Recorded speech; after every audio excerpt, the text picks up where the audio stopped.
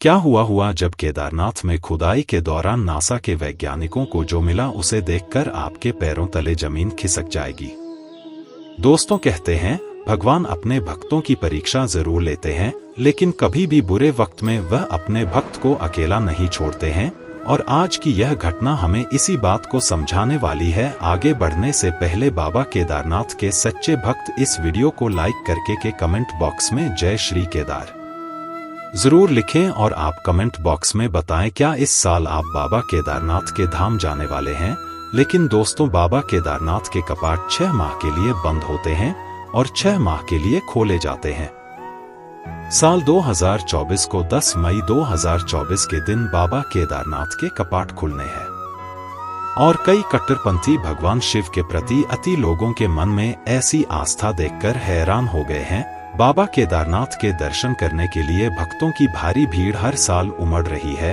पिछले वर्ष के मुकाबले इस साल और भी ज्यादा श्रद्धालु आने की संभावनाएं हैं।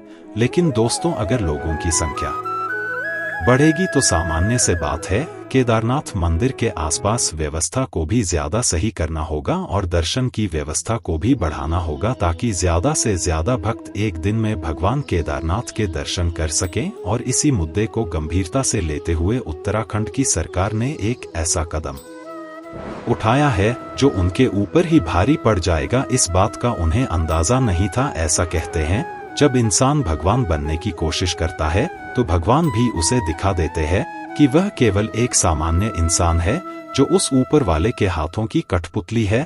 10 मई का समय नजदीक आ रहा था और सरकार को चिंता थी, आखिर इस वर्ष इतने सारे श्रद्धालुओं के दर्शन व्यवस्था कैसे संभाली जाएगा, जिसके तहत एक फैसला लिया गया और यह फैसला कई लोगों के आंसुओं की वजह बना। दरअसल उत्तराखंड सरकार ने एक फैसला लिया कि केदारनाथ धाम परिसर में श्रद्धालुओं की संख्या आंखों को नियंत्रित करने के लिए जगह का विस्तार करना होगा, जिस वजह से परिसर में मौजूद कई दुकानों को व धर्मशालाओं को हटाना होगा। जिसके बाद उन सभी दुकानदारों को और धर्मशाला के मालिकों को नोटिस दिए गए, जिसमें यह कहा गया था कि एक निश्चित तारीख तक तुम्हें अपनी दुकान वह धर्मशाला होटल खाली करना होंगे। जब उन्होंने इस नोटिस को पाया तो वह बहुत ज्यादा हैरान हो गए, क्योंकि कई सालों से बाबा केदारनाथ के परिसर में वह अपना व्यापार कर रहे थे, काम धंधा चला रहे थे। उनके घर में रोजी रोटी केवल इसी काम के माध्यम से चल रही थी। आपको बता दें,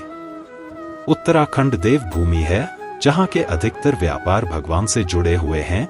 यानी जब कपाट बंद होते हैं तो कई सारे लोग बेरोजगार रहते हैं, लेकिन कपाट के खुलते ही उनका रोजगार भी शुरू हो जाता है। और जब 10 मई से बाबा केदारनाथ के कपाट खुलने वाले थे तो परिसर में मौजूद दुकानदार, धर्मशाला के मालिक में सभी प्राइवेट होटल वाले बेहद खुश थे, क्योंकि उन्हें पता था अगले 6 माह के लिए उनके घर में भी उनकी रोजी रोटी भी बहुत अच्छी तरह से चले। लेकिन सरकार ने उस परिसर के दुकान वालों को जो नोटिस भेजा है उसे देखकर उनके पैरों तले जमीन के जिसके बाद कई दुकानदारों ने मिलकर इस निर्णय के खिलाफ धरना प्रदर्शन किया। उनका ऐसा भी कहना था कि अगर उनकी दुकान को नुकसान पहुंचा या उनके साथ अन्याय हुआ तो वह 10 मई को होने वाली 4 धाम यात्रा का पूरी तरह से विरोध करेंगे, न किसी धर्मशाला को खोलने देंगे और नहीं खाने पीने की कोई व्यवस्था होने देंगे। लेकिन उनके विरोध का सरकार के ऊपर कोई भी असर नहीं हुआ और 4 धाम की यात्रा शुरू होने के तकरीबन 10 से 12 दिन पहले परिसर को बड़ा करने के लिए केदारनाथ धाम में धर्मशालाओं को और दुकानों को हटा दिया गया। सभी दुकानदार बड़े मायूस थे, उनकी आंखों में आंसू थे, लेकिन मन में एक संदेह था कि आखिर बाबा केदारनाथ उनके साथ ऐसा कैसे कर सकते हैं। लेकिन कुछ समय बाद ही उन सभी दुकानदारों को और धर्मशालाओं के मालिकों को इस बात का एहसास हुआ कि जाने अनजाने में उनके द्वारा भी एक गलती हुई है। भले ही वह सामान को बड़ी मेहनत करके ट्रैक्टर और अन्य तरीकों से ऊंचाई पर उपलब्ध करा रहे थे, लेकिन मनमाने दाम वसूलना यह ठीक नहीं था। उन्हें भी अपनी गलती का एहसास हुआ और उन्होंने बाबा केदारनाथ से क्षमा याचना कर रही और सरकार द्वारा नियमित आदेश अनुसार हर चीज को आगे उपलब्ध कराने का वचन दिया गया। कहते हैं, भक्त जब मन मानी आचरण करने लगता है तो भगवान उसकी परीक्षा लेते हैं, लेकिन जब वह अपनी गलती स्वीकार कर लेता है तब भोले बाबा अपना भोलापन दिखाते हुए उन्हें बहुत जल्दी माफ भी कर देते हैं। और ऐसा ही हुआ अगले दिन जब जेसीबी द्वारा उन दुकानों को हटाने के पश्चात वहां पर खुदाई का काम चल रहा था ताकि वहां पर पक्की सड़क व अन्य बैरिकेड्स बनाया जा सके। लेकिन उस खुदाई में एक ऐसी चीज नजर आई जिसे देखकर सभी के होश उड़ गए। जब जेसीबी द्वारा केदारनाथ के उस परिसर में खुदाई की जा रही थी तभी वहां पर एक अति प्राचीन मुकुट उन्हें प्राप्त था। इसके बाद इसकी सूचना अधीक्षक को दी गई। जब उसने इस मुकुट को देखा तो समझ चुका था कि यह काफी प्राचीन मुकुट है जिसके पास केदारनाथ के काफी पुराने और सिद्ध पुजारी महाराज को वहां बुलाया गया और वह मुकुट उन्हें दिखाया गया। तब उन्होंने मुकुट की असलियत पहचानते हुए कहा कि यहीं पर समीप पास ही में एक भैरव बाबा का मंदिर है। साल 2013 में जो त्रासदी बाबा केदारनाथ के दरबार में आई थी उसे भयंकर आपदा में पूरा केदारनाथ बहस नहस हो गया।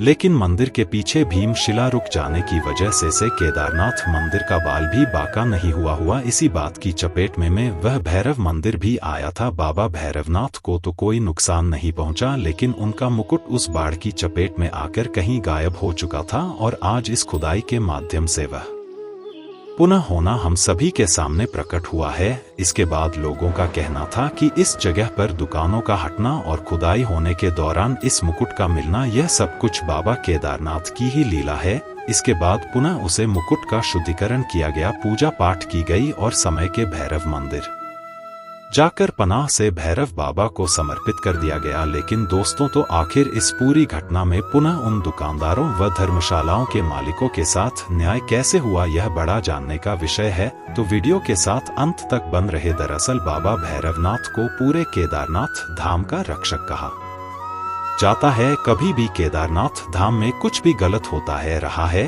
तो भैरव बाबा उसे जरूर रोकते हैं या भक्तों की रक्षा जरूर करते हैं। एक दिन रात्रि के समय भैरव बाबा उसे मुख्य पुजारी के सपने में आए और कहा कि उसे क्षेत्र की दुकान एकदम सही सलामत रहने चाहिए और किसी भी धर्मशाला के मालिक को कोई समस्या नहीं होनी चाहिए। सुबह उठते से ही उस मंदिर के मुख्य पुजारी ने अपने सपने के बारे में सभी को बताया। क्योंकि वह काफी पुराने पुजारी थे, सभी लोग उनकी इज्जत करते थे, तो सरकार को भी उनके आदेश को मनाना पड़ा। इसके बाद उस स्थान पर अतिक्रमण का कार्य रोक दिया गया। लेकिन दुकान और धर्मशाला थोड़े जा चुकी थी जिस वजह से सभी दुकानदारों और धर्मशाला के मालिकों को एक अच्छा खासा मुआवजा दिया गया ताकि वह और केदारनाथ परिसर के आसपास ही उन्हें पुनः दुकान में धर्मशालाओं के लिए जमीन प्रदान कीजिए। इस पूरी घटना से 3 बहुत बड़े काम हुए। पहले काम तो यह था कि जो दुकानदार मनमा आचरण करते थे उन्हें सबक मिला। दूसरा काम यह हुआ कि प्राचीन बाबा भैरवनाथ का मुकुट प्रकट हुआ और तीसरा काम यह हुआ कि किसी भी दुकानदार या धर्मशाला के मालिक के साथ अन्याय नहीं हुआ और उनकी इच्छा भी पूरी हो गई। हुए उनके चेहरे पर भी मुस्कान आ गई। तो दोस्तों आप हमें नीचे कमेंट बॉक्स में बताएं, क्या आप इस साल केदारनाथ जाने वाले हैं?